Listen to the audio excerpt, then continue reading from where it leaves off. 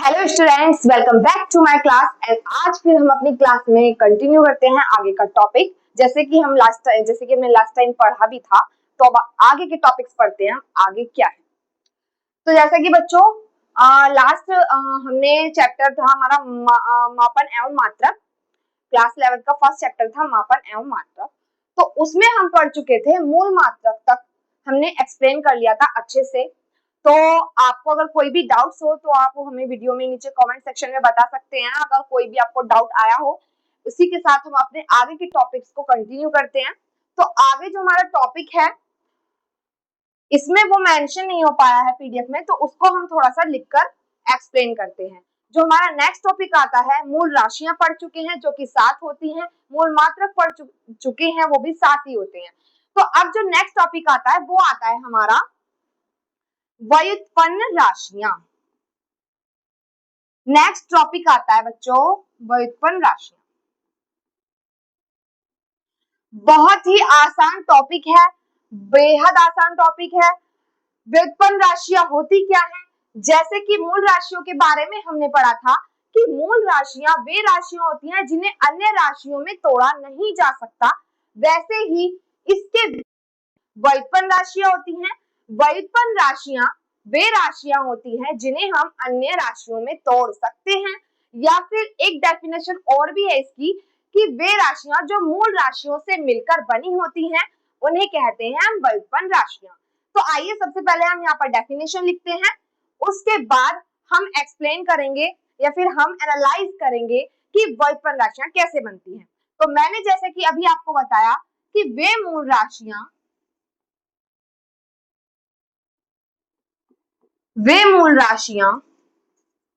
जो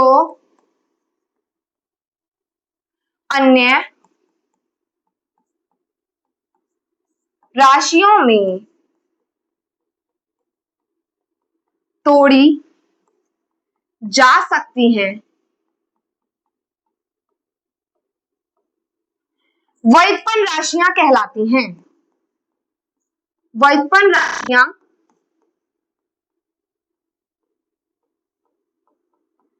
कहलाती हैं। अर्थात एक डेफिनेशन हम और लिख लेते हैं, जो भी आपको लैंग्वेज इजी लगे, जो भी आपके माइंड में जल्दी कैच हो, आप उस डेफिनेशन को नोट कर सकते हैं। तो नेक्स्ट मैंने अभी क्या बताया था, वे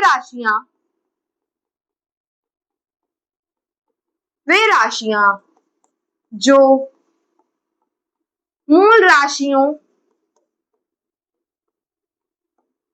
से मिलकर बनी होती हैं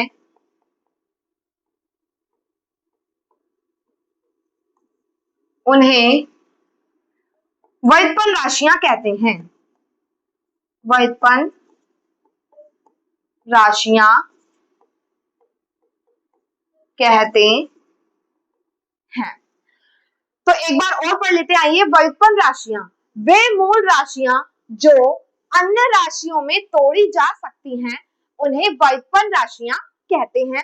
अर्थात वे राशियां जो मूल राशियों से मिलकर बनी होती हैं उन्हें व्युत्पन्न राशियां कहते हैं। तो यहाँ तक आपको बात क्लियर हुई है। तो अब हम और क्लियर करते हैं इसको, और क्लियर करेंगे एग्जाम्पल के साथ। तो एग्जाम्पल लेते हैं, एग्जाम्पल लेते हैं जैसे कि हम नॉर्मल सा ही फॉर्मूला लेते हैं। जैसे कि हम लेते हैं आयत का क्षेत्रफल। सबसे पहले आयत का क्षेत्रफल कह सकते हैं या क्षेत्रफल भी ले सकते हैं। आयत का क्षेत्रफल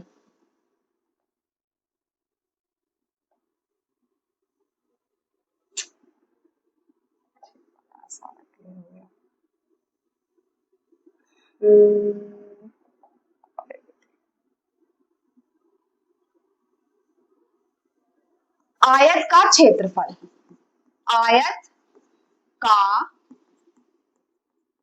क्षेत्रफल। तो जो आयत का क्षेत्रफल का फॉर्मूला होता है वो सभी जानते हैं। क्या होता है हमारा? लंबाई गुणा चौड़ाई होता है। अब आपको दो चीजें दिखाई दे रही है कि जो क्षेत्रफल, इसे आप अभी नेग्लेक्ट करके देखिए कि हमारा जो मेन फॉर्मूला है वो है क्षेत्रफल का। तो क्षेत्रफल जो मिलकर बना है वो मिलकर बना है लंबाई गुणा चौड़ाई से। और ये हम अभी लास्ट टाइम पढ़ के आ चुके हैं कि लंबाई और चौड़ाई कौन सी राशियां होती हैं, हमारी मूल राशियां होती हैं। जैसा कि आपको साफ साफ दिखाई दे रहा है कि जो क्षेत्रफल है वो लंबाई और चौड़ाई से मिलकर बना है, और लंबाई और चौड़ाई कैसी राशियां हैं, हमारी मूल राशियां। इसका मतलब क्षेत्रफल हमारा दो मूल राशियों से मिलकर बना है, तो क्षेत्रफल कैसी राशि हुआ, व्युत्पन्न राशि। जैसा कि इसके नाम से ही पता चल रहा है हमें, व्युत्पन्न मतलब कि किसी अन्य चीज से उत्पन्न किया गया, तो ऐसे ही जो हमारी व्युत्पन्न राशियां हैं वो उत्पन्न की जाती हैं मूल राशियों से, इसीलिए इन्हें क्या कहते हैं, व्युत्पन्न राशियां। यहां तक क्लियर हुआ। एक और इसका एग्जांपल देख लेते हैं। अब हम फॉर्मूला लेते हैं, जैसे कि आयतन का भी ले सकते हैं।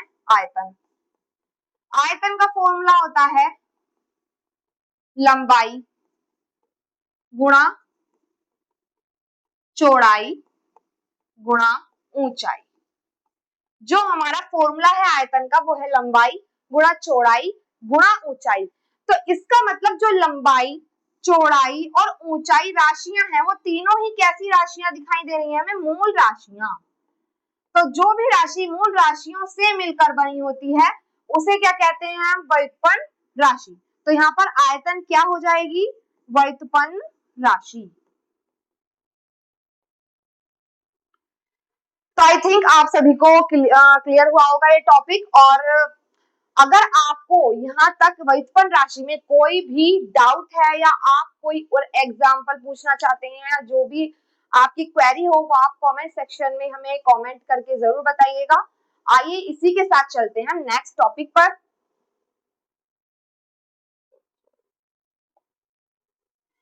नेक्स्ट टॉपिक इसी के साथ है हमारा व्युत्पन्न मात्रक। जैसे कि मूल राशियां हमारी 7 थी और मूल राशियों के मूल मात्रक भी 7 थे, वैसे ही जो हमारी व्युत्पन्न राशियां हैं उनके भी कुछ मात्रक होंगे जिन्हें हम क्या कहते हैं, व्युत्पन्न मात्रक कहते हैं। अब क्योंकि व्युत्पन्न राशियां बहुत सारी हैं तो ऐसे ही उनके मात्रक भी, व्युत्पन्न मात्रक भी बहुत सारे हैं। तो सबसे पहले हम व्युत्पन्न मात्रक की डेफिनेशन पढ़ते हैं। जैसे कि मात्रक लिखा हुआ है तो सबसे पहले इसी को ही ठीक से लिख देते हैं मात्रक। तो जो हमारे व्युत्पन्न मात्रक होते हैं, वैसे तो आपको क्लियर हो चुका होगा क्योंकि पिछले टॉपिक में हमने पढ़ा था कि मूल राशियों के मात्रकों को ही मूल मात्रक कहते हैं। तो वैसे ही सेम डेफिनेशन यहाँ पर बनती है कि व्युत्पन्न राशि के मात्रक को ही क्या कहते हैं, हम व्युत्पन्न मात्रक कहते हैं। अब वो कैसे कहते हैं, व्युत्पन्न मात्रक कैसे बनते हैं वो पढ़ते हैं। तो सबसे पहले एक बार परिभाषा को हम एनालाइज करते हैं।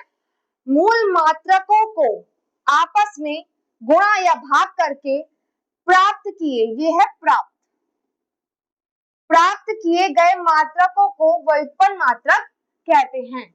मूल मात्रक जैसे कि हमने पढ़े थे लंबाई, और हमारा केल्विन हो गया, किलोग्राम हो गया, हमारा सेकंड हो गया, ये सब हमारे मूल मात्रक होते हैं। तो इनको गुणा या भाग करके जो प्राप्त होते हैं उन्हें क्या कहते हैं, व्युत्पन्न मात्रक कहते हैं।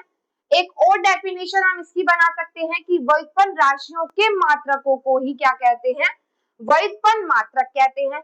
आइए इसको लिखते हैं डेफिनेशन को।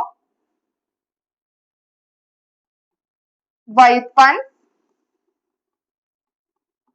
राशियों के मात्रकों को ही व्युत्पन्न मात्रक कहते हैं। एक डेफिनेशन ये रही आपके पास, एक डेफिनेशन ये हो जाती है, और एक और डेफिनेशन इसकी बना सकते हैं। जैसे भी आपके माइंड में सेट हो आप वो डेफिनेशन नोट कर सकते हैं, याद कर सकते हैं। एक डेफिनेशन और बनती है इसकी कि वे मात्रक जो मूल मात्रकों को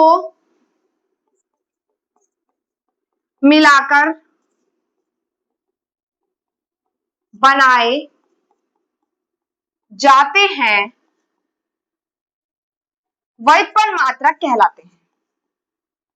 व्युत्पन्न मात्रक कहलाते हैं। तो हमारे पास तीन डेफिनेशन हमें दिखाई दे रही हैं, जो कि अभी हमने एनालाइज करी है। पहली है मूल मात्रकों को आपस में गुणा या भाग। अभी इसका मीनिंग भी समझेंगे कि ये क्या लिखा है। नेक्स्ट परिभाषा है हमारी व्युत्पन्न राशियों के मात्रकों को ही व्युत्पन्न मात्रक कहते हैं। ये सिंपल सी परिभाषा है, कोई इसमें दिमाग पर जोर डालने की बिल्कुल भी जरूरत नहीं है। व्युत्पन्न राशि के मात्रक को ही हम क्या कहेंगे, व्युत्पन्न मात्रक कहेंगे। नेक्स्ट जो मैंने लिखी है, नेक्स्ट डेफिनेशन लिखी है, वे मात्रक जो मूल मात्रकों को मिलाकर बनाए जाते हैं। मूल मात्रक आप जानते हैं, जैसा कि मैंने भी बताया, मीटर हो गया, किलोग्राम हो गया, आपका डिग्री केल्विन हो गया, मोल हो गया, इन सभी को, एम्पियर हो गया, इन सभी को मिलाकर जो मात्रक बनेंगे उन्हें क्या कहते हैं, हम व्युत्पन्न मात्रक कहते हैं। अब आती है बात इस डेफिनेशन की। तो इस डेफिनेशन का पर्पस क्या है, ये ऐसे क्यों बोला है इसमें गुणा या भाग करके। तो आइए इसको हम एनालाइज करते हैं कैसे होगा। तो अभी जैसे हमने पढ़ा था, अभी जैसे हमने पढ़ा था कि क्षेत्रफल, क्षेत्रफल का जो फॉर्मूला था वो था लंबाई गुणा चौड़ाई। अब यहाँ पर क्षेत्रफल क्या बन गया था, एक व्युत्पन्न राशि बन गया था। निकालना है हमें व्युत्पन्न मात्रक, तो उसके लिए हम लंबाई का मात्रक लिखते हैं। लंबाई का मात्रक होता है मीटर, और चौड़ाई का भी क्या होता है, मीटर। मीटर की घात एक है, मीटर की घात एक है, और हम जानते हैं कि जब घातें गुणा में होती हैं तो वो प्लस हो जाती हैं। तो मीटर की घात 1 और प्लस 1 कितनी हो जाएगी, 2। इसे हम मीटर स्क्वायर भी बोल सकते हैं, मीटर की घात 2 भी बोल सकते हैं। तो हमारा जो क्षेत्रफल का मात्रक बन के आता है वो आता है मीटर स्क्वायर। मीटर स्क्वायर बन के आता है। तो ये मिलकर किससे बना है, मीटर और मीटर से मिलकर बना है, जो कि हमारे दोनों क्या हैं, हमारे मूल मात्रक हैं। दोनों हमारे दोनों ही मूल मात्रक हैं। लेकिन जब इन दोनों को मिलाकर हमारा क्या बना, मीटर स्क्वायर बना, तो मीटर स्क्वायर हमारा क्या हो गया, व्युत्पन्न मात्रक हो गया, क्योंकि ये किससे मिलकर बना है, मूल मात्रकों से मिलकर बना है, इसीलिए ये क्या हो जाता है, हमारा व्युत्पन्न मात्रक। जैसा कि हमने परिभाषा में भी लिखा था कि मूल मात्रकों को मिलाकर जो मात्रक बनते हैं वो हमारे व्युत्पन्न मात्रक होते हैं।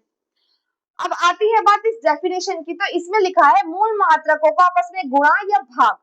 तो आप साफ साफ देख सकते हैं कि यहाँ पर हमने दो मूल मात्रकों की क्या की है, आपस में गुणा की है। उनकी गुणा करने के फलस्वरूप ही हमें मीटर स्क्वायर मतलब मीटर की घात 2 प्राप्त हुआ है। तो मीटर की घात 2 जो है वो है हमारा एक व्युत्पन्न मात्रक। तो सेम इस परिभाषा का मतलब यही है कि मूल मात्रकों को आपस में भाग या गुणा करने पर जो मात्रक प्राप्त किए जाते हैं उन्हें कहते हैं हम व्युत्पन्न मात्रक।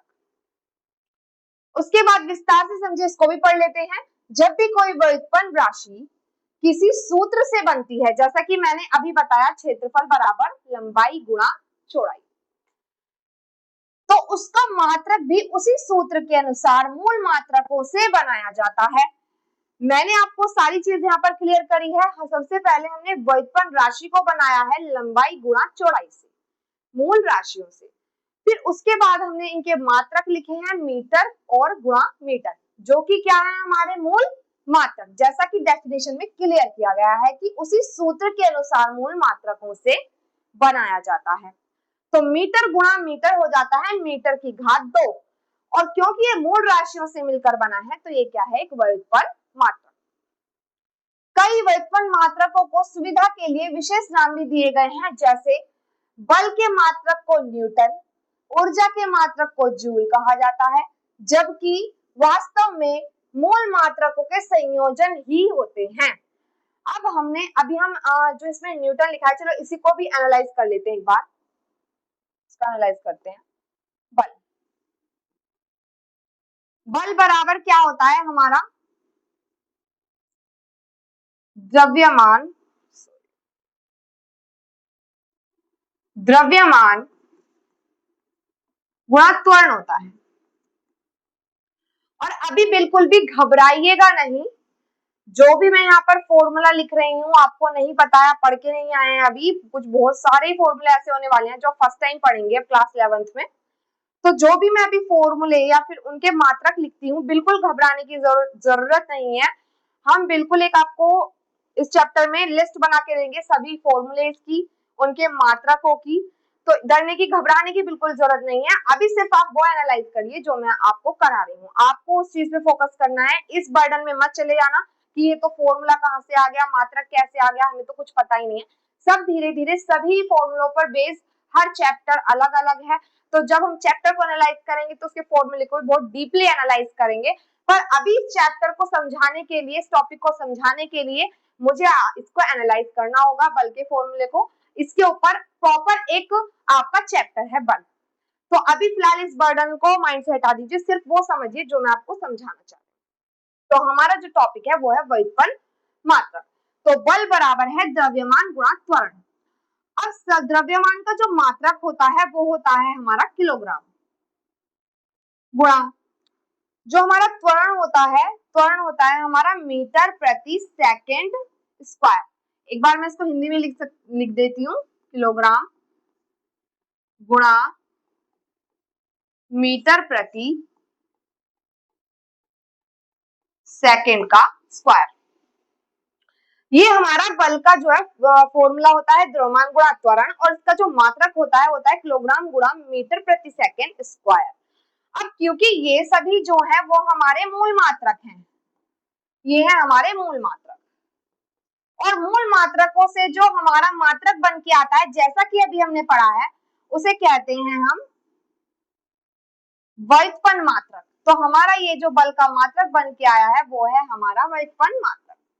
पर इसने बात कही है कि कई व्युत्पन्न मात्रकों को सुविधा के लिए, क्योंकि हम इतना बड़ा मात्रक पढ़ेंगे किलोग्राम गुणा मीटर प्रति सेकंड स्क्वायर, बार बार न्यूमेरिकल करेंगे तो बार बार हमें इतना बड़ा लिखना पड़ेगा इसका मात्रक, तो उसी सुविधा के लिए, थोड़ा छोटा बनाने के लिए उसके रूप को, हमने कुछ मात्रकों को अलग नाम दिए हैं। जैसे कि बल के मात्रक को हम क्या कहते हैं, न्यूटन कहते हैं। अब न्यूटन बराबर किसके होता है, किलोग्राम गुणा मीटर प्रति सेकंड स्क्वायर के ही बराबर होता है, बट ये इसका बड़ा रूप है, ये इसका छोटा रूप है, हम इसको न्यूटन बोल देते हैं। देखिए न्यूटन आपको ही पता है बोलने में बहुत शॉर्ट है, जल्दी से ले सकते हैं इसको, लिख भी जल्दी से सकते हैं, इसको लिखने में टाइमिंग लगेगी, तो इसीलिए ऐसी ऊर्जा के मात्रक को जूल कहा जाता है। जबकि वास्तव में ये, वास्तव में जैसा कि अभी मैंने आपको एनालाइज करके बताया, वास्तव में बना मूल मात्रकों से ही है व्युत्पन्न मात्रक, बट हम इसको शॉर्ट नाम दे देते हैं न्यूटन। अब और भी यहाँ पे बहुत सारे सूत्र लिखे हैं, बल बराबर एफ ए, इसका किलोग्राम मीटर प्रति सेकंड स्क्वायर न्यूटन होता है। ऊर्जा का होता है किलोग्राम मीटर स्क्वायर पर सेकंड स्क्वायर, जिसको हम क्या लिख देते हैं, जूल लिख देते हैं। दाब का मात्रक होता है न्यूटन पर मीटर स्क्वायर, इसको हम पास्कल लिख देते हैं। सिर्फ सुविधा के लिए इनके नाम को थोड़ा चेंज करके, और कुछ वजह है कि जो साइंटिस्ट हैं जिन्होंने इन्हें एस्टेब्लिश किया है, उनके नाम पर इनके नाम रखे गए हैं। तो ये इसका पूरा प्रोसेस था व्युत्पन्न मात्रक का। आपको कोई भी डाउट आया हो या कोई भी चीज ऐसी लगी हो, कोई भी पॉइंट माइंड में आया हो, जरूरी नहीं है कोई डाउट, किसी भी तरीके का डाउट आपके माइंड में आया हो, आप तुरंत कमेंट कीजिए, हमें आप अपने डाउट को क्लियर करेंगे। तो इसी के साथ चलते हैं नेक्स्ट टॉपिक पर।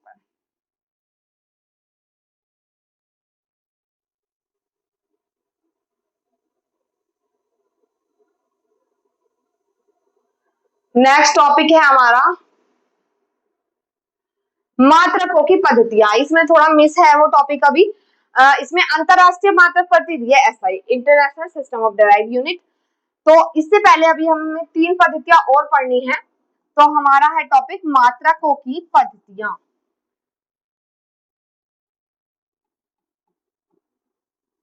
मात्रकों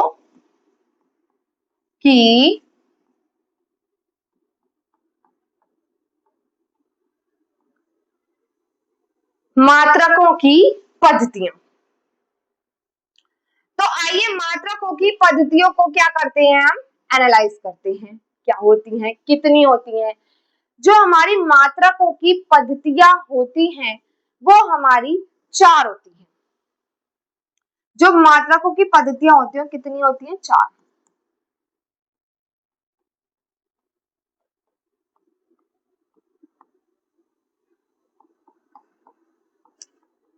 पद्धतियां होती हैं। अब कौन कौन सी होती हैं? फर्स्ट नंबर पे होती है, पहले हम इनको शॉर्ट फॉर्म में MKS पद्धति, इंग्लिश में हम लिख सकते हैं इसको सिस्टम। नेक्स्ट होती है हमारी CGS पद्धति। थर्ड होती है हमारी FPS पद्धति एंड लास्ट होती है हमारी SI पद्धति।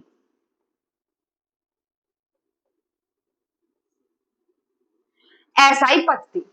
तो मात्रकों की जो पद्धतियां होती हैं वो होती हैं हमारी 4। मात्रकों की 4 पद्धतियां होती हैं। पहली होती है MKS पद्धति, दूसरी होती है CGS पद्धति, थर्ड होती है FPS पद्धति एंड फोर्थ होती है SI पद्धति। अब ये तो इनकी शॉर्ट फॉर्म्स थी।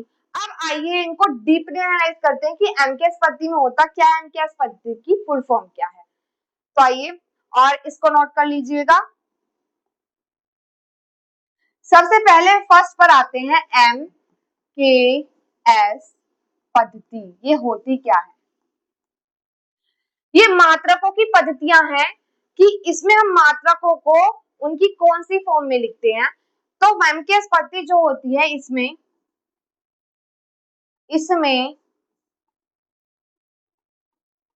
किसी भी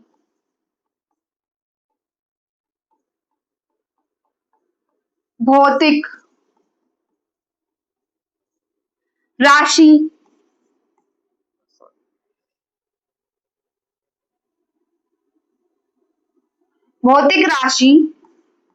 के मात्रक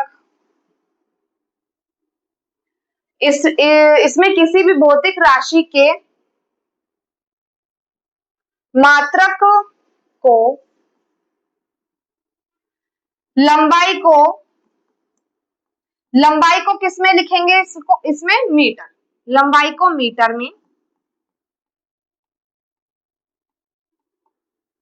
द्रव्यमान को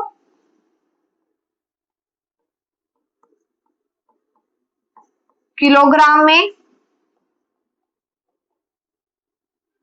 तथा समय को सेकंड में लिखा जाता है।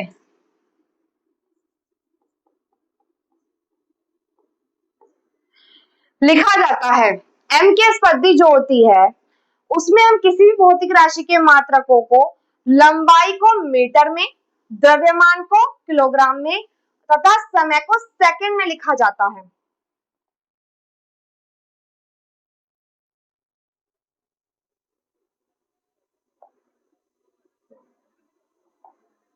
सर इसमें चलते हुए क्यों नहीं चेंज होता? सारा क्लियर करना पड़ेगा। क्लियर नहीं करना ना, पेन चेंज करना है, कलर चेंज करना है,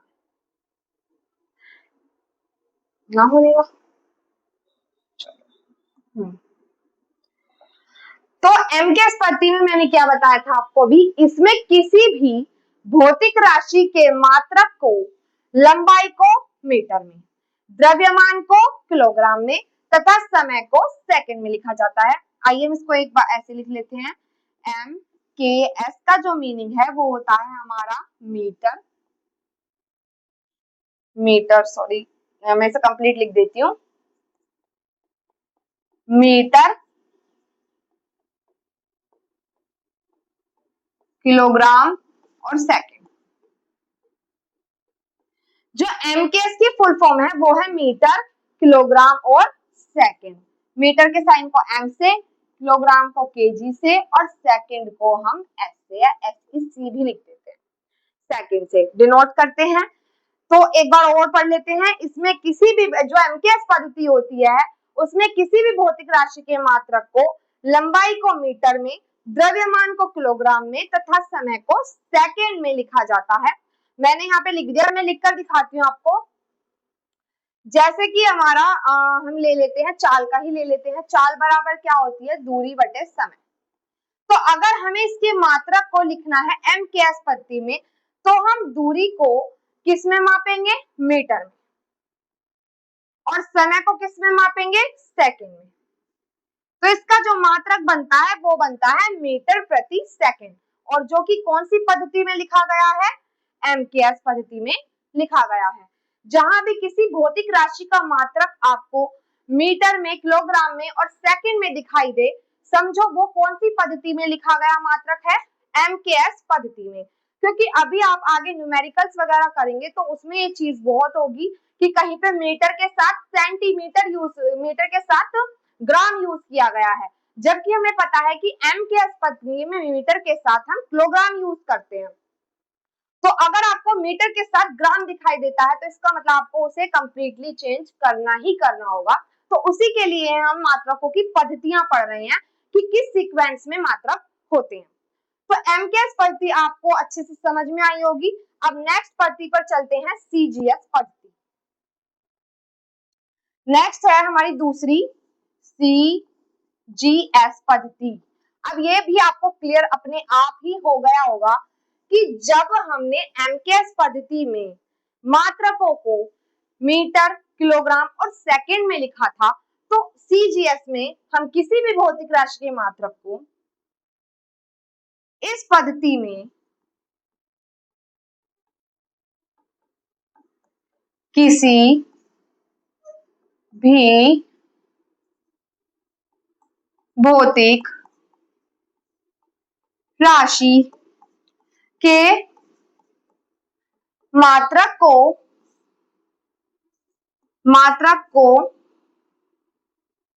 लंबाई को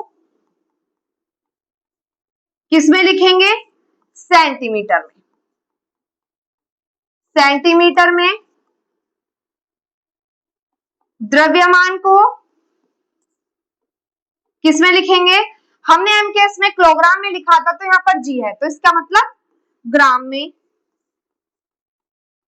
और समय दोनों में ही सेम रहता है तथा समय को सेकंड में लिखा जाता है।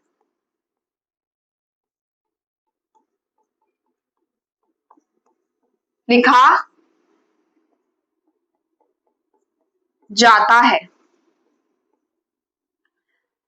तो सीजीएस पद्धति में क्या होता है, इस पद्धति में, सॉरी मैंने में नहीं लिखा, पद्धति में किसी भी भौतिक राशि के मात्रक को लंबाई को सेंटीमीटर में, द्रव्यमान को ग्राम में तथा समय को सेकंड में लिखा जाता है। यहां तक आपको बात क्लियर हुई। आइए एक बार सीजीएस की और फुल फॉर्म में लिख देते हैं। सीजीएस मींस है, सी का मींस है यहाँ पर सेंटीमीटर,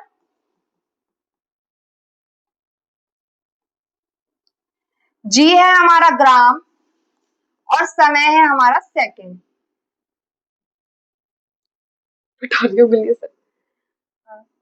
सेकंड।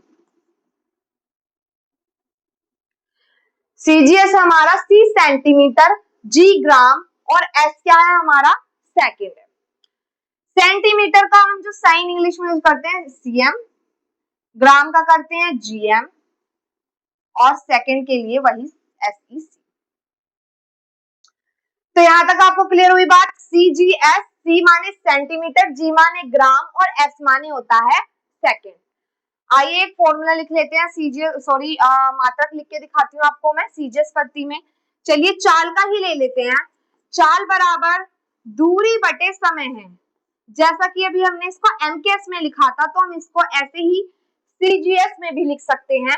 अब सीजीएस में लिखने के लिए यही रूल अप्लाई होगा कि हम दूरी को मापेंगे सेंटीमीटर में और समय को मापेंगे सेकंड में। तो ये जो हमारा मात्रक निकल के आया वो आया है सेंटीमीटर पर सेकेंड, और इसे हमें देखते ही पता चल गया क्योंकि यहाँ पर दूरी सेंटीमीटर में ली गई है तो यह मात्रक सीजीएस पद्धति में लिखा गया है।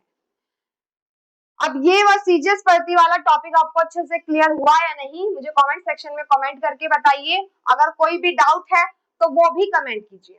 इसी के साथ अब चलते हैं थर्ड पद्धति पर, एफपीएस पद्धति। थर्ड है हमारी एफपीएस पद्धति। एमकेएस सीजीएस तो हम बहुत ज्यादा यूज करते हैं, लेकिन एफपीएस का यूज जो है वो बहुत कम किया जाता है इंडिया में। ये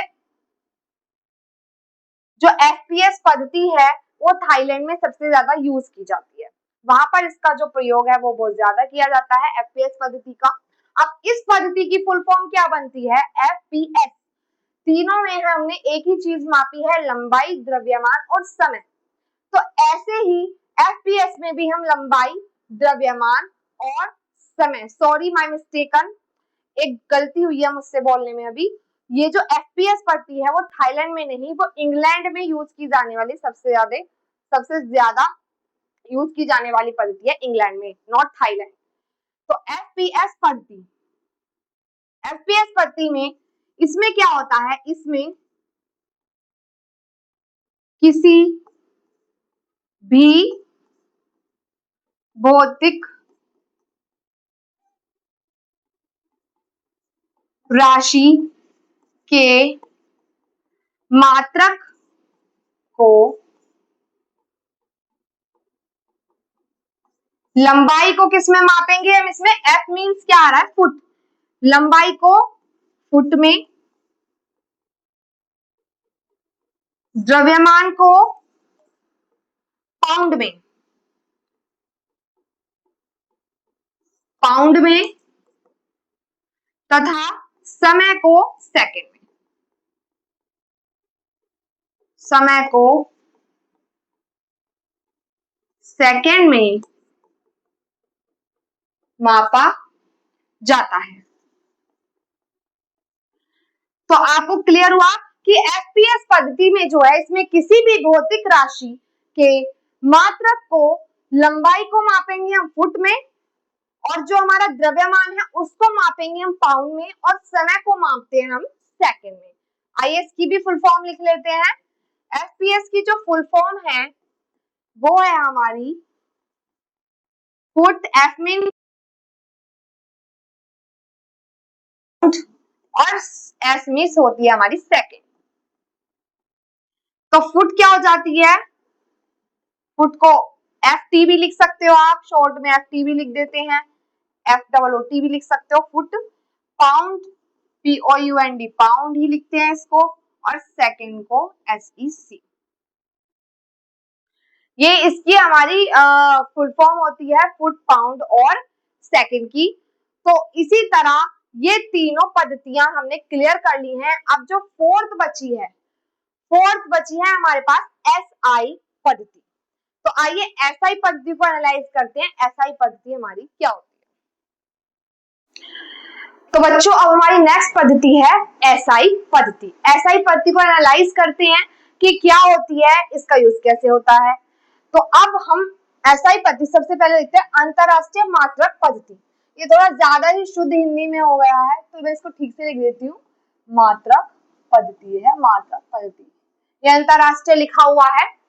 अंतरराष्ट्रीय मात्रक जो SI पद्धति है वो अंतरराष्ट्रीय मात्रक पद्धति होती है। सबसे पहले ध्यान देते हैं इसकी फुल फॉर्म पर। SI पद्धति की जो फुल फॉर्म है वो है इंटरनेशनल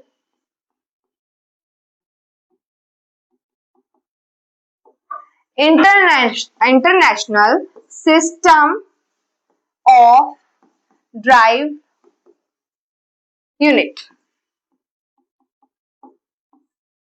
किसी भी यूनिट को ड्राइव करना मतलब किसी भी यूनिट को लिखने के लिए एक इंटरनेशनल सिस्टम, अंतरराष्ट्रीय पद्धति।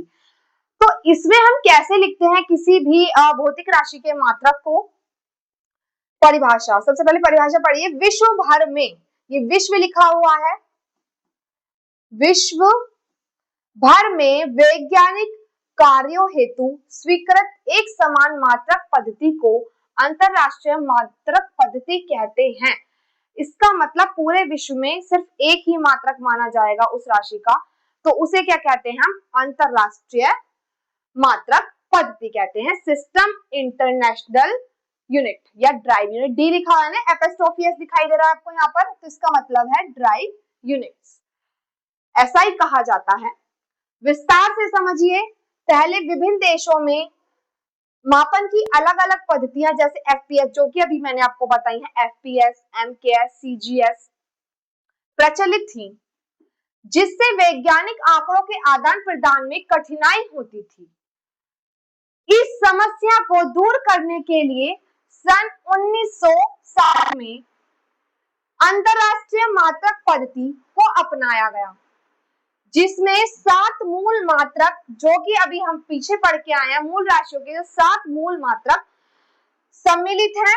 आज लगभग संपूर्ण विश्व में वैज्ञानिक एवं तकनीकी क्षेत्र में, ये क्षेत्र नहीं, ये क्षेत्र है, ये थोड़ा शुद्ध हिंदी में क्षेत्र में एसआई पद्धति का ही प्रयोग होता है। तो इसका मतलब है कि पहले अलग अलग देशों में मापन की अलग अलग पद्धतियां जो है प्रचलित थी, कहीं पे एमकेएस प्रचलित थी, कहीं पर सीजीएस, कहीं पर एफपीएस, जिससे वैज्ञानिक आंकड़ों के आदान प्रदान में कठिनाई होती थी।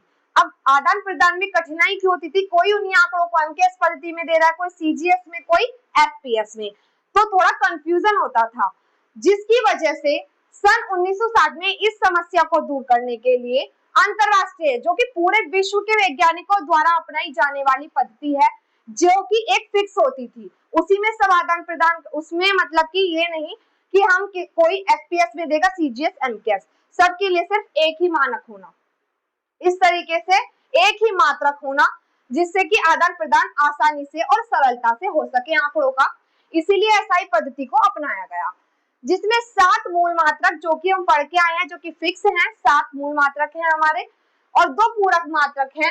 2 पूरक मात्रक कौन से होते हैं हमारे? रेडियन और स्टेरेडियन, जो कि कोण के होते हैं, तो वो 2 सम्मिलित है। आज लगभग संपूर्ण विश्व में वैज्ञानिक क्षेत्र में एसआई पद्धति का ही प्रयोग होता है, जैसे कि मैंने अभी आपको बताया।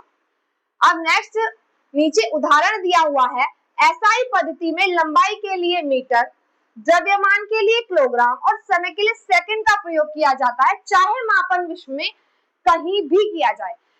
अब यही बात मैंने अभी आपको एक्सप्लेन की कि एसआई पद्धति मतलब पूरे विश्व में मानी जाने वाली, पूरे विश्व में सिर्फ एक ही आंकड़ों के द्वारा, एक ही मानक रूप द्वारा उसे क्या किया जाएगा, आपके सामने प्रदर्शित किया जाएगा। तो एसआई पद्धति में उन्होंने कहा कि अगर हम कहीं भी इस विश्व के किसी भी कोने में हैं और अगर हम लंबाई का मापन कर रहे हैं तो हम उसे मीटर में मापेंगे, द्रव्यमान का मापन कर रहे हैं तो उसे किलोग्राम में ही मापेंगे, और समय का मापन कर रहे हैं तो उसे सेकंड में ही मापा जाएगा, चाहे मापन विश्व में कहीं भी किया जाए।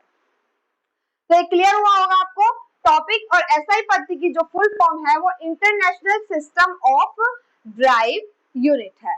इसको बिल्कुल माइंड में डाल लीजिए, क्योंकि कभी कभी ये भी आ जाती है। और अगर यहाँ से लेकर आपको लास्ट तक इस टॉपिक में मात्रकों की पद्धतियां कंप्लीट हो चुकी हैं, मात्रकों की पद्धति में आपको कोई भी डाउट आया हो तो आप मुझे कमेंट सेक्शन में जरूर बताइएगा। और एक चीज इससे रिलेटेड मैं आपको और बता देती हूँ कि अगर एसआई पद्धति में ये भी होता है 10 की घात के रूप में लिखना, एसआई पद्धति में एसआई पद्धति में किसी भी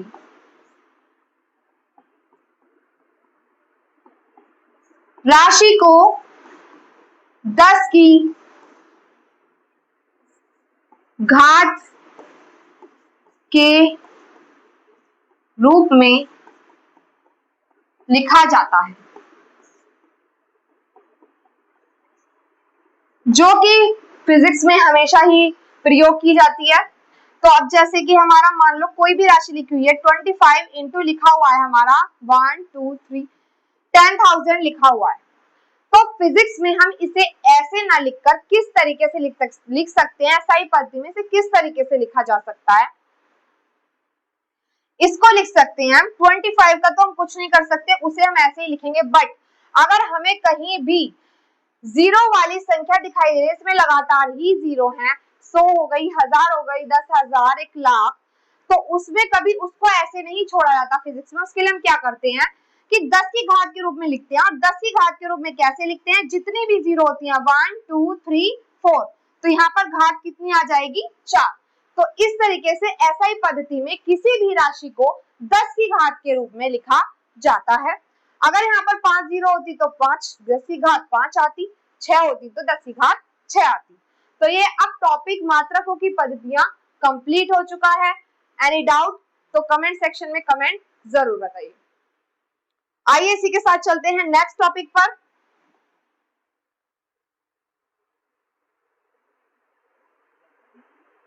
पूरक मात्रक में इतना कुछ है नहीं। पूरक मात्रक फिर अभी मैंने आपको वैसे एक्सप्लेन कर दिया है। और पूरक मात्रक क्या होता है ये एक नजर इस पर भी डाल लेते हैं। परिभाषा है, समतल कोण एवं ठोस कोण को मापने के लिए प्रयुक्त मात्रकों को पूरक मात्रक कहते हैं। सबसे मेन पॉइंट आ रहा है इसमें कोण। कोण के जो मात्रक होते हैं, कोण है दो तरीके के, समतल कोण और ठोस कोण। इनके मापन के लिए जो मात्रक यूज किए जाते हैं उन्हें कहते हैं पूरक मात्रक। विस्तार से समझें, 7 मूल मात्रकों के अतिरिक्त, जो कि हमने मूल मात्रक 7 पढ़े थे, मीटर, किलोग्राम, सेकेंड, मोल, एम्पियर और डिग्री केल्विन, और कौन सा रह गया, जो कैंडेला, कैंडेला, ये 7 पढ़े थे हमने। एसआई पद्धति में 2 पूरक मात्रक भी सम्मिलित किए गए हैं। इनके अलावा 2 अलग से पूरक मात्रक भी सम्मिलित किए गए हैं, क्योंकि कोण एक विशेष प्रकार की राशि है। इसका कोई भौतिक विमीय सूत्र नहीं होता। विमीय सूत्र क्या है, ये वर्ड न्यू आया है आपके लिए। विमीय सूत्र क्या होता है ये अभी आगे टॉपिक आएगा, अभी हम इसको नहीं यहाँ पर छेड़ रहे हैं, हम अभी टॉपिक आएगा उसको तब हम क्लियर करेंगे। अभी जो हमारा मेन पॉइंट है, मेन टॉपिक है पूरक मात्रक, तो उस पर फोकस करते हैं। विमीय सूत्र नहीं होता, फिर भी इसे मापने के लिए एक मात्रक आवश्यक है। इसका कोई विमीय सूत्र नहीं है, बट अभी तक तो हम ये पढ़ते आए हैं, जो हमने टॉपिक पढ़े हैं शुरू के, कि जिसका मात्रक है उसका सूत्र अवश्य है। लेकिन ये कह रहा है कि इसका कोई सूत्र नहीं है, बट इनके कुछ 2 मात्रक ऐसे हैं जो फिक्स किए गए हैं इनके मापन के लिए। तो समतल कोण को हम रेडियन तथा ठोस कोण को स्टेरेडियन में मापा जाता है। जो आपका मेन पार्ट है इसमें सिर्फ आपको याद रखने वाला कि जो कोण है, समतल कोण का मात्रक है रेडियन, समतल कोण है तो उसका मात्रक क्या होगा, रेडियन, मात्रक होगा रेडियन। और सेकंड है, अगर ठोस कोण है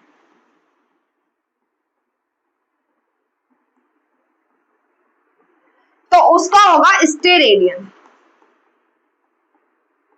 सिर्फ ये इसमें मेन चीज है याद करने की, और इससे अलग कुछ भी नहीं।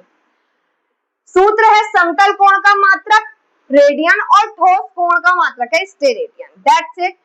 ये सिर्फ टॉपिक इतना ही है पूरक मात्रक के बारे में, हमें इससे ज्यादा कुछ भी नहीं पढ़ना है। सिर्फ हमें याद रखना है कि समतल कोण का मात्रक होता है रेडियन और ठोस कोण का मात्रक होता है स्टेरेडियन। यहाँ तक बात आपको क्लियर हुई है तो मुझे तब भी कमेंट सेक्शन में बताइए, अगर नहीं हुई है कोई भी डाउट है तो भी कमेंट में बताइए। और आप अपना रिव्यू जरूर कमेंट में दीजिए, जो भी हमारी क्लास देखते हैं, कि हमारी एक्सप्लेनेशन कैसी आपको समझ में आया है या नहीं आया है, हमें क्या चीज इंप्रूव करनी चाहिए, क्या कुछ गलती हो रही है, उसको भी हमें कमेंट में जरूर बताइएगा। इसी के साथ चलते हैं नेक्स्ट टॉपिक पर। नेक्स्ट टॉपिक है मापन की त्रुटियां।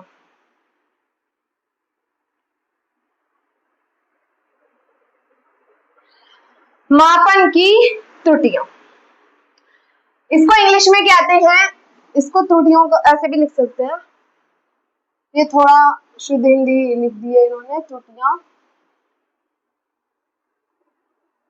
त्रुटियां इंग्लिश में बोलते हैं एरर्स इन मेजरमेंट। एरर्स, ये वर्ड जो आया है एरर्स इन मेजरमेंट तो आप पढ़ चुके हैं, हमने चैप्टर स्टार्ट ही मेजरमेंट से, मापन से किया था, मापन क्या होता है। लेकिन इसमें एक वर्ड और आया है एरर। अब एरर क्या होता है, आप आजकल देखिए, आजकल की जनरेशन में फोन्स वगैरह, लैपटॉप्स वगैरह, आपको मैं वैसी चीजों से ना समझाकर इसी से समझाती हूँ कि फोन हो गए हमारे, लैपटॉप्स हो गए, इनको आप बहुत यूज करते हैं और आपने देखा है कि कभी कभी ये वर्ड आता है एरर। एरर वैसे तो इसका मतलब सभी जानते हैं, एरर मीन्स होता है हमारा गलती। फिजिक्स में इसको बोला जाता है त्रुटि। तो लेकिन हर हर चीज की एरर अलग अलग होती है। हम क्या वर्क कर रहे हैं तो उससे रिलेटेड हर चीज की एरर अलग अलग है, क्योंकि अभी हम फिजिक्स पढ़ रहे हैं, फिजिक्स में कर रहे हैं मापन, तो मापन की त्रुटियां हैं, मापन की एरर है। बट एरर का मीन जो है, जैसा कि हम कभी भी, जैसे फोन में देखो, लैपटॉप में देखो, जब भी कोई गलत चीज होती है, गलत हो जाती है कोई चीज, तो एरर आता है उसके ऊपर लिखकर कि कोई ना कोई मिस्टेक है। तो इसका मतलब मैं आपको इससे ये समझाना चाह रही हूँ कि एरर जो है वो है किसी भी काम को करने में हुई गलती। अब वो कैसे होती है, अब यहाँ पर उस गलती का मतलब क्या है वो समझते हैं। तो जैसे कि अभी हमने मापन पढ़ा है, चैप्टर शुरू हुआ है मापन से, और मापन क्या होता है हमने पढ़ लिया है, किसी भौतिक राशि का मापन कर रहे हैं हम, कोई चीज का वजन कर रहे हैं, किसी छड़ की लंबाई ज्ञात कर रहे हैं, समय का मापन कर रहे हैं, अलग अलग चीजों का मापन करते हैं। तो उस भौतिक राशि के मापन में जो हमारे द्वारा गलती हो जाती है, या फिर जिस यंत्र के द्वारा, जिस भी मशीन, जिस भी एपरेटस के द्वारा हम उसका मापन कर रहे हैं, उसमें कोई तकनीकी खराबी के कारण गलती आ जाती है, त्रुटि हो जाती है, तो वो ही हमें यहाँ पर पढ़नी है। हमारे द्वारा या फिर यंत्र की तकनीकी खराबी के द्वारा होने वाली गलती को ही क्या कहते हैं, त्रुटि कहते हैं। तो यहाँ पे परिभाषा क्या लिखी हुई है, किसी राशि के वास्तविक मान तथा मापे गए मान के बीच के अंतर को मापन की त्रुटि कहा जाता है। दोबारा रिपीट कीजिए, किसी राशि के वास्तविक मान तथा मापे गए मान, दो वर्ड आए हैं, वास्तविक मान और मापे गए मान।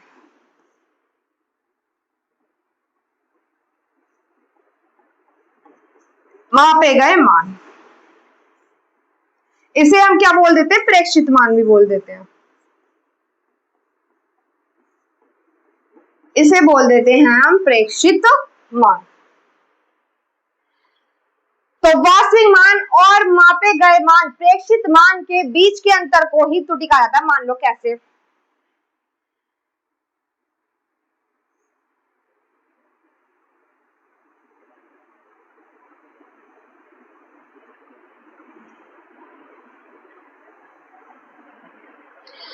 मान लो ये हमारे पास कोई भी शीट है, पेपर की शीट है, हमने कहा है कि ये जो है 4 सेंटीमीटर लंबी है।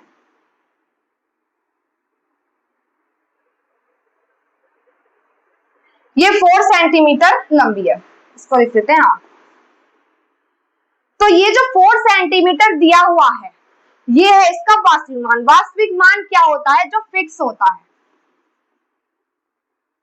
यह है इसका वास्तविक मान 4 सेंटीमीटर है। अब हमें इसे मेजर करने के लिए कहा गया कि आप इसे मेजर, और हमें पता है हम लंबाई को मेजर स्केल से ही करेंगे, ऑफ कोर्स लंबाई को हम स्केल से मेजर करेंगे। तो इस जब कागज की शीट की हम लंबाई को मेजर करते हैं, तो ऐसा हो जाता है, कभी कभी हो सकता है हम इसको बिल्कुल एक्यूरेट भी मेजर कर लें, क्योंकि इतनी बड़ी कोई चीज नहीं है, पेपर की शीट है, इसको आसानी से मेजर कर सकते हैं। बट ऐसा होता है कि मैंने इसको मेजर किया तो इसमें पॉइंट कुछ आगे या पीछे हुआ, या तो ऐसा हो सकता है मैं 4 को 3.9 मेजर कर लूं, या फिर ऐसा हो सकता है मैं 3.5 मेजर कर लूं, 3.8 मेजर कर लूं।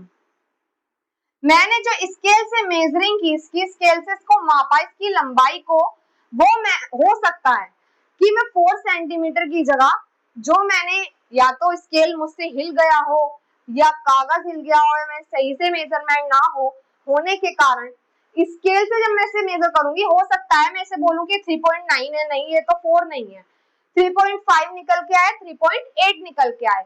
वो किसी के भी गलती से हो सकता है, मेरी इसमें तो देखो इसमें साफ साफ दिखाई दे रहा है कि अगर मैं स्केल से इसको मेजर कर रही हूँ तो गलती ऑफ कोर्स मेरी ही होगी, क्योंकि मुझे स्केल को सही से पकड़ना चाहिए।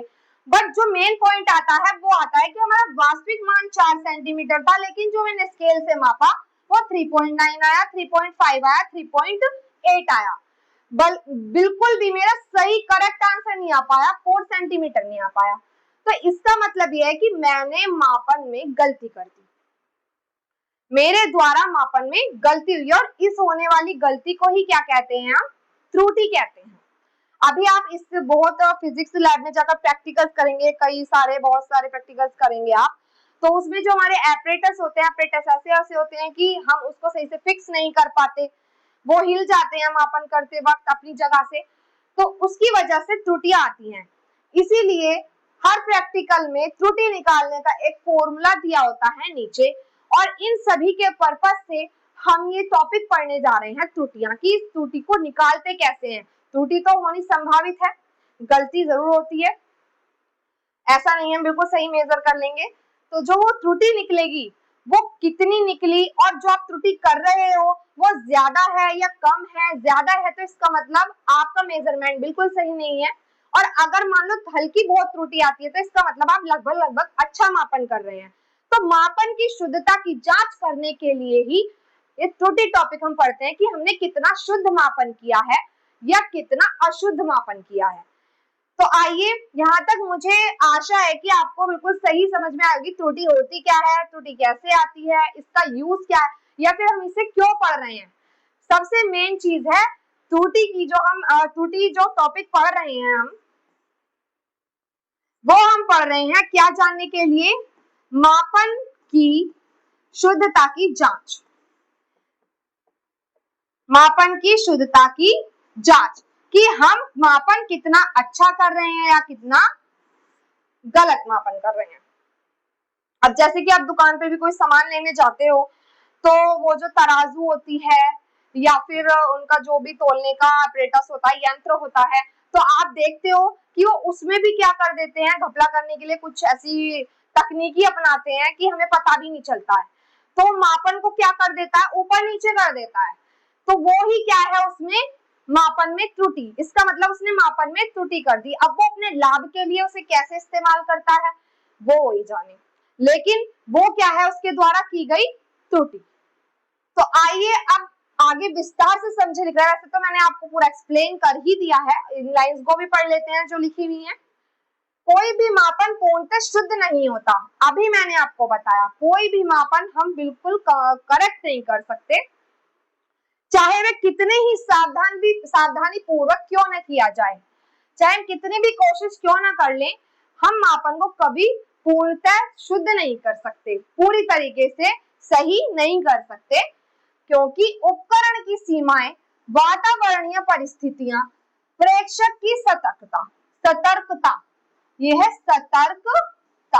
अब इनवर्ट्स का मीनिंग क्या है, उपकरण की सीमाएं, उपकरण की सीमाएं मतलब जो आप एपरेटस यूज कर रहे हैं उसकी कुछ लिमिट्स होती हैं, उसकी सीमाओं के कारण भी कभी कभी त्रुटि आ जाती है, हमसे गलती हो जाती है।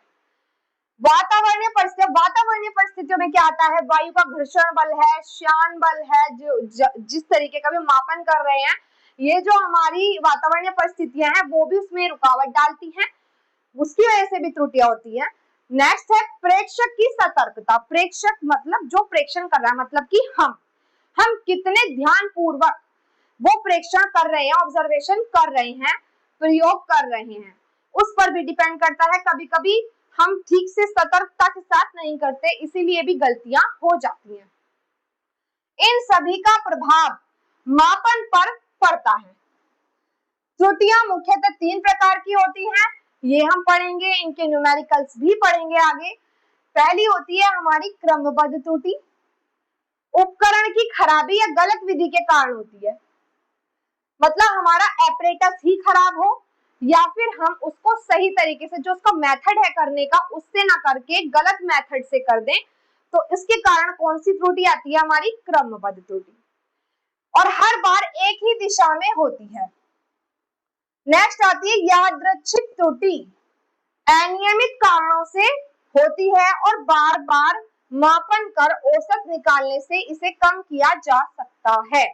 याद रैंडम, अनियमित कारणों से होती है, मतलब इसके लिए कोई फिक्स वजह नहीं है, इसके लिए कोई भी कारण उत्तरदायी हो सकता है, किसी भी कारण से हो सकती है त्रुटि, यादृच्छिक त्रुटि।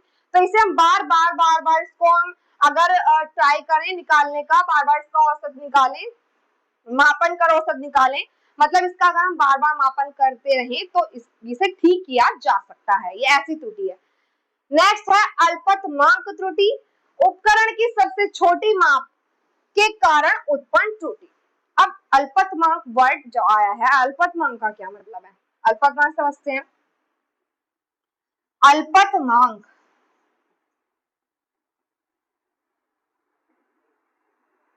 उपकरण की सबसे छोटी माप, आपको ये वर्ड दिख रहा है यहाँ पे, उपकरण की सबसे छोटी माप।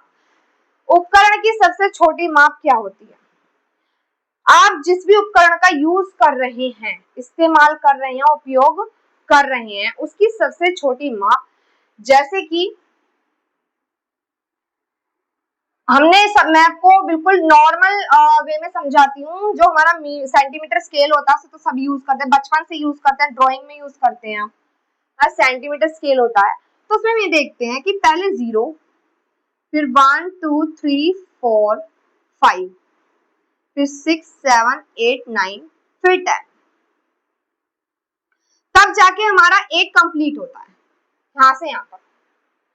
तो ये जो सेंटीमीटर स्केल दिखाई दे रहा है, ये भी एक यंत्र ही है हमारे लिए, सेंटीमीटर स्केल दिखाई दे रहा है, तो इसकी ये उपकरण है हमारे लिए, और इसकी सबसे छोटी माप कैसे निकालेंगे, तो सबसे छोटी माप निकालने के लिए किसी भी उपकरण के एक खाने के मान को ही उसकी सबसे छोटी माप कहते हैं। अब एक खाने का मान कैसे निकालते हैं, अल्पतमांक, एक खाने के मान को ही हम अल्पतमांक कहते हैं। तो अल्पतमांक बराबर जो फॉर्मूला बनता है हमारा, बनता है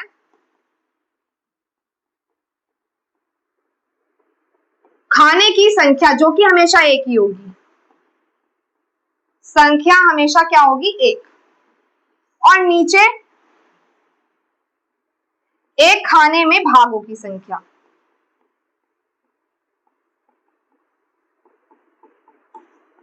भागों की संख्या, भाग मीन्स पार्ट्स। इसका जो एक खाना है मीटर सेंटीमीटर स्केल का, इसका जो एक खाना, ऊपर एक ही लिखा जाएगा हमेशा, ऊपर कुछ और नहीं चेंज होगा, नीचे इसमें भाग कितने बने हुए हैं गिनिए, 1 2 3 4 5 6 7 8 9 10, तो 10 भाग बने हुए हैं। इसके अंदर हमें पता है कि हर खाने के अंदर 10 भाग होते हैं, एक खाने के अंदर कितने भाग होते हैं, 10। तो एक खाने में भागों की संख्या, ये सेंटीमीटर स्केल में 10 होते हैं, और स्केल में 20 भी हो सकते हैं, 30 50 भी हो सकते हैं, 100 भी हो सकते हैं, तो डिपेंड करता है कि हम कौन सा उपकरण यूज कर रहे हैं। मैंने आपको बिल्कुल नॉर्मल से सेंटीमीटर स्केल लिया है, जिससे आपको बहुत जल्दी और अच्छे से समझ में आएगा। तो सेंटीमीटर स्केल सभी ने देखा हुआ है, और आप गिनते भी हैं, आप मैथ्स में जब यूज करते हैं इसको, तो आप पार्ट्स गिनते भी हैं कि यहाँ पे 5 हो गए, यहाँ पे 10 हो गए, ऐसे हो गया। तो ये सभी को नॉर्मली आप अपना स्केल, जब आप इस वीडियो को देख रहे हो तो अपना मीटर स्केल निकालिए, एंड उस पर आप देखिए, जैसा कि मैंने बिल्कुल बताया है, हमने एक खाना लिया, एक खाने की संख्या एक है, और एक खाने में भाग गिनिए स्केल के अंदर कितने हैं, 10, तो 10 हैं। तो अगर अब हम 10 से एक को भाग देते हैं, 10 से हम एक को भाग देंगे, तो सबसे पहले तो एक में भाग जाएगी नहीं, क्योंकि एक है 10 से छोटी संख्या, और जब छोटी संख्या को बड़ी से भाग देते हैं तो पॉइंट लगा के यहाँ क्या बढ़ा देते हैं, 0 बढ़ा देते हैं, तो ये क्या बन गया, 10, तो 10 एकम 10, तो इसका मतलब जो इसकी अल्पतमांक क्या आती है, वो आती है 0.1। यहाँ पे 0.1 है, हम पॉइंट के आगे 0 लिख सकते हैं, इसका कोई मतलब नहीं होता, अगर आप कंफ्यूज हो तो आप इसे 0.1 भी लिख सकते हो खाली, पर जो ज्यादातर लिखा जाता है वो 0 लगा के लिखा जाता है 0.1। तो इसका मतलब जो है, ये किसकी अल्पतमांक है, सेंटीमीटर स्केल की अल्पतमांक।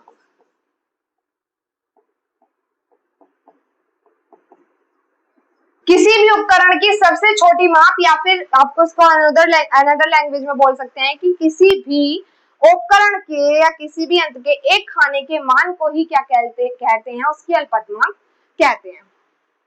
इसका फॉर्मूला होता है खानों की संख्या हमेशा एक ही लेनी है, एक खाने का मान निकालते हैं क्योंकि, और नीचे एक खाने में भागों की संख्या। अब भाग सबके अलग अलग हो सकते हैं, जरूरी नहीं कि सभी में 10 होंगे। तो सेंटीमीटर स्केल में 10 होते हैं, तो 1/10, 10 से हमने 1 को भाग किया तो आया 0.1। तो अल्पतमांक जो होती है वो सेंटीमीटर स्केल की 0.1 सेंटीमीटर होती है। ध्यान रखना इसका मात्रक सेंटीमीटर होती है। अब नेक्स्ट आते हैं, चलिए मैं एक और आपको निकाल के दिखाती हूँ, वर्नियर स्केल। वर्नियर स्केल क्या होता है? वर्नियर स्केल जो होता है वो आप प्रैक्टिकल करेंगे। सबसे पहला प्रैक्टिकल आपका यही रहेगा, वर्नियर स्केल के द्वारा किसी भी गोलीय वस्तु की त्रिज्या ज्ञात की जाती है, वर्नियर स्केल की अल्पतमांक। तो सेम फॉर्मूला वही रहेगा, 1/वर्नियर वर्नियर स्केल के एक खाने में भाग की संख्या, एक खाने में भागों की संख्या,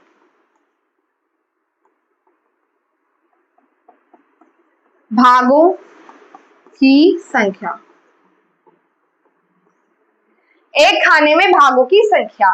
तो सेम वही आते हैं 1/। अब जो वर्नियर कैलिपर्स होता है वो ऐसा होता है, हमारा कुछ एपरेटस ऐसे करके बना होता है वो, इसके ऊपर एक इस पर ये पैमाना होता है और एक इस पर होता है ये वाला पैमाना, से बोलते हैं मुख्य पैमाना, छोटा सा पैमाना होता है मुख्य पैमाना। तो इसकी अल्पतमांक निकालते हैं वर्नियर स्केल से, बोलते हैं वर्नियर स्केल, वर्नियर स्केल बोलते हैं इसको। आप देखेंगे जब लैब में जाएंगे तो आप एपरेटस देखेंगे, आपको बताया जाएगा। तो उसमें एक मुख्य पैमाना होता है, इसे वर्नियर स्केल बोलते हैं। तो उसकी अल्पतमांक निकालते हैं हम, वर्नियर स्केल की अल्पतमांक 1/, वर्नियर स्केल के एक खाने में भागों की संख्या। तो जो वर्नियर का स्केल का एक भाग होता है उसमें खानों की संख्या कितनी होती है? 100। उसमें होती है खानों की संख्या 100। अब 100 को 1 से भाग देते हैं तो अल्पतमांक आएगी 0.01 सेंटीमीटर। तो इस तरीके से हम किसी भी उपकरण की छोटे से छोटा हो या बड़े से बड़ा हो उसकी अल्पतमांक आसानी से निकाल सकते हैं, और ये आपके न्यूमेरिकल्स में भी बहुत यूज होगी, तो ध्यान रखिएगा। जैसे कि यहाँ पे किसी छड़ की वास्तविक लंबाई 10 है परंतु मापने पर वह 10.02 सेंटीमीटर प्राप्त होती है, तो त्रुटि इसमें क्या त्रुटि, ये वही लिखा हुआ है त्रुटि। तो अभी इसने क्या बोला, वास्तविक मान और मापे गए मान के बीच का अंतर। तो वास्तविक लंबाई कितनी थी? 10.00, मापने पर कितना आया? 10.02। अब इसमें से तो इसे नहीं घटा सकते, हमेशा ज्यादा वाली संख्या में से ही कम वाली संख्या को घटाया जाता है। तो अगर हम इसे घटाते हैं तो ये दो ऐसे ही, 0 पॉइंट का पॉइंट ऐसे ही 10 में 10 गए 0, तो हमारी कितने की त्रुटि आती है? 0.02। बट त्रुटि टॉपिक इतना ही नहीं है, अभी इसके 3 पार्ट और हैं, वो हम आगे की क्लास में कंटिन्यू करते हैं। अभी यहीं तक क्लास को हम रोकते हैं, और यहाँ तक आपको जो भी आज हमने टॉपिक पढ़े हैं सारे, अगर कोई भी आपको दिक्कत आई हो, कोई भी डाउट हो तो आप कमेंट में जरूर बताइए। चलिए अपनी मिलते हैं नेक्स्ट क्लास में, बाय।